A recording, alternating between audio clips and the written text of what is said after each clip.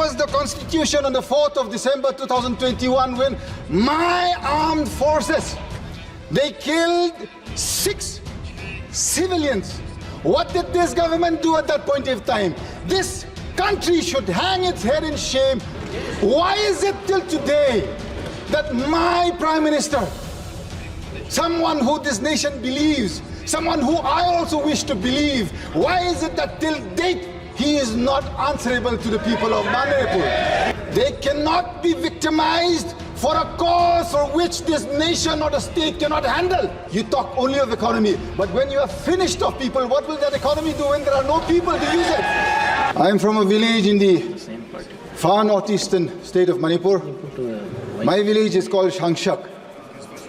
In the spring of 1944, when the Great Second War reached that part of the country, my village was where the Battle of Shangshak took place for a week. Hundreds and hundreds of Allied forces as well as Japanese forces, they lost their lives there.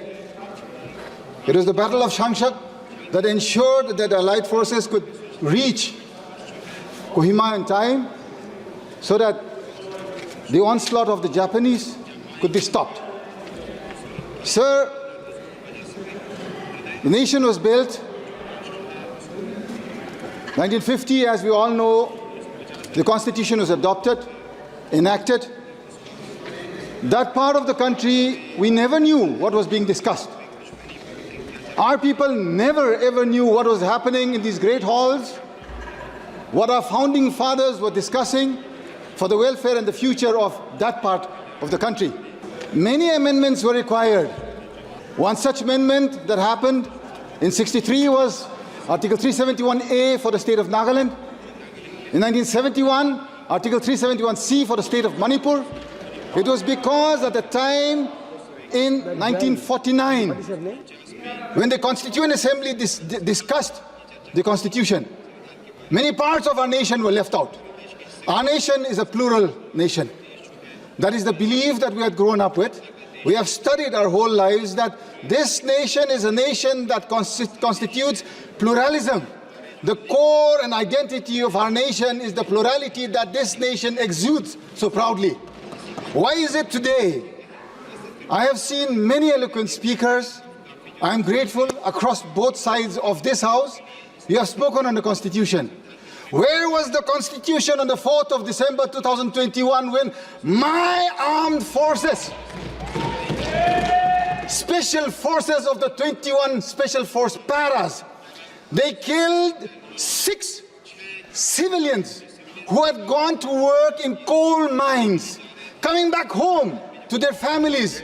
Because you had cut down the budget for Narega, they did not have a source of income that they had to go and work in the coal mines on the way back. The best of our forces, the 21 SF, they mowed down 6 unarmed civilians. Yet, in the aftermath of that, another 8 more civilians were killed in Nagaland, in Oting. What did this government do at that point in time? This country should hang its head in shame. Why? Because you, yes, to assuage the villagers of Oting, you nominated a very good friend of mine as the Rajya Sabha MP from Nagaland. Presently, she's the MP representing Nagaland, and her name is Pangon Konyak, a well-deserved lady from Oting. Is that enough for the families that have lost their lives to my armed forces? Did not this nation and this people and this house at least stand up in unison, condemning that? At least I expected our Raksha Mantri to have stood up and said that we owe responsibility to whatever wrong happens, and it is our own people that we have assassinated, and for that we mourn. Till date, that is missing. Are we not a part of this nation? I ask you, Speaker Sir. Mr. Chairman, 3rd of May, 2023, I need not remind this House or this nation what happened in my state of Manipur. What has been happening for the last 19 months? The last time I got to speak in this August House, I very clearly said, as a citizen of this nation and as a family that has contributed in building this nation, it is my right to ask for justice. Why is it till today that my Prime Minister, someone who this nation believes, someone who I also wish to believe, why is it that till date he is not answerable to the people of Manipur? Why? Is it too much? Is it too much for me to ask on behalf of those civilians that have elected me here today? Sir,